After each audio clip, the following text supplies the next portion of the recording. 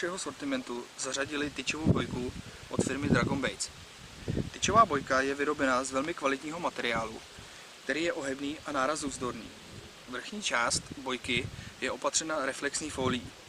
Ke každé bojce dodáváme jedno tyčové světlo, které je vybaveno nočním senzorem, což znamená, že se světlo samo při setmění rozsvítí a při rozední samo zhasne. Dodáváme ho v 6 různých barvách, a to červená, žlutá, modrá, zelená, bílá a růžová. Napájeno je 2 AAA bateriemi a dokáže svítit po dobu až 600 hodin. Celý tento set se skládá ze 6 jednotlivých dílů. První vrchní díl je o délce 80 cm, 3 díly jsou o délce 110 cm, jeden díl o délce 70 cm a jeden díl o délce 55 cm.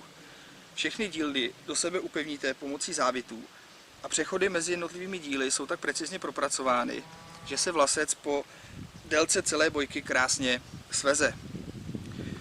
Určitě jste si všimli, že vrchní část bojky je silnějšího průměru, což umožňuje, že bojka ve vodě krásně rovně stojí. Další nedílnou součástí bojky je závaží. Je o hmotnosti necelé 2 kg. Spodní část závaží je opatřena takovýmito výstupy. To znamená, že bojka na dně krásně sedí a nikam neklouže. Závaží k bojce připevníte pomocí lanka, na jehož konci je závit a celé je to ukotvené v takovém silikonovém pouzdru. I v těchto prostorech nehrozí, že by nějak vlasec zůstal na bojce viset. Celý tento set dodáváme v takovémto šikovném nepromokavém pouzdru, což ocení určitě každý z vás, kdo klade důraz na pořádek jeho rybářské výbavě. Set si můžete objednat na našich internetových stránkách www.dragonbaits.cz, kde najdete i spoustu jiných zajímavých věcí.